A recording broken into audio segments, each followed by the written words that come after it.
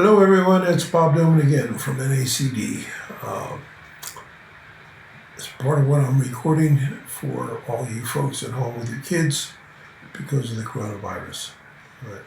So I kind of have a captive audience. Right? So I'm gonna dedicate this video to discussing something really important, really fundamental, that you may not know about or understand, but you need to. And that's a concept called neuroplasticity. Neuroplasticity is a term applied to what happens to the brain, how the brain changes, which means how we learn and how we develop. Okay?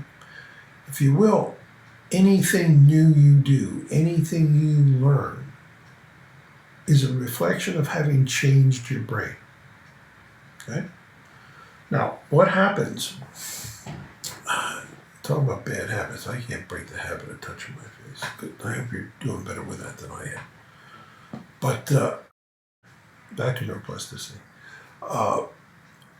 We change the brain by supplying the brain with specific input with sufficient frequency, intensity, and duration. All right. What's that mean? All right. If we're trying to teach something, if it's targeted for the child, all right, which is difficult if there's 30 kids in a classroom, the information is targeted for the child, fits that child where that child is, and we give them that information with sufficient frequency, which means often enough, with sufficient intensity. Now, the intensity is a big deal and probably the most important piece. Intensity really is reliant on the child. All right. For example, if you're trying to teach your 4-year-old about dinosaurs, all right, they love dinosaurs. What you tell them about dinosaurs goes in with intensity. All right. If you're trying to teach them about your liver, all right, they could care less about the liver. And you can talk about the liver all day long, and that isn't going to go in with intensity. All right? So intensity is equivocal to impact, how much impact it has on the brain.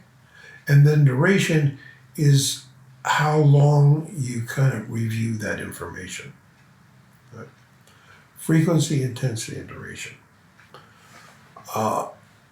And targeted. All right, one of the interesting areas in education and targeted is like math. If you have a class of 30 children and you're teaching them math, I will guarantee that all 30 of them are at a different point in math.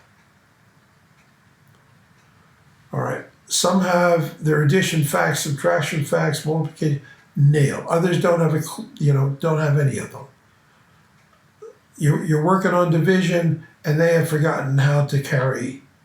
All right. They're all with different spots. And working with our whole group, trying to target the information to fit each individual in a group is essentially impossible. All right. At home, if you're working one-on-one, you can be targeted. Truth is, working one-to-one is where you can be most targeted. Every step from one-to-one is less and less and less targeted, less and less and less specific. All right? And it's going to be more and more difficult to actually change that brain and teach that child. Okay? So actually what happens in the actual structure of the brain, when you stimulate the brain, you stimulate neurons, you stimulate the connections, the brain cells. And as you do that, you grow connections between those neurons, neural networks, and those neurons become more receptive to that similar related information, right? So you build. One of the things we do when we're home educating kids is we tend to focus what we're doing and build around the interests of the child and develop those things because the information is interconnected It has high intensity because the child is interested. And then we start building all these huge networks and everything starts pulling together. All right. But if you're trying to teach a child, all right, frequency, intensity, and duration. Targeted input, frequency, intensity, and duration. You know, most of you have heard the old statement that on graduation day, most graduates have already forgotten 99% of what they learned. Sadly, pretty darn close to the truth.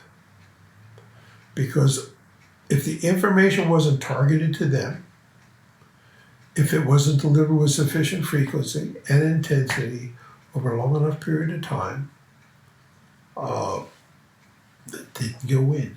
You didn't really change the brain, right?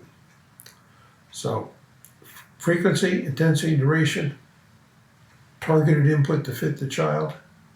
The better job we're doing that, irregardless of what it is we're trying to teach, the more effective we're going to be, the more efficient we're going to be, more successful we're going to be. Okay? And it's all learning. I don't care if you're trying to teach a kid how to hit a baseball, shoot a hoop, all right, read, do math, anything. It all relies on neuroplasticity, right? And those components are the same regardless of what we're trying to teach. Okay? Try to remember that one. Okay? See you later.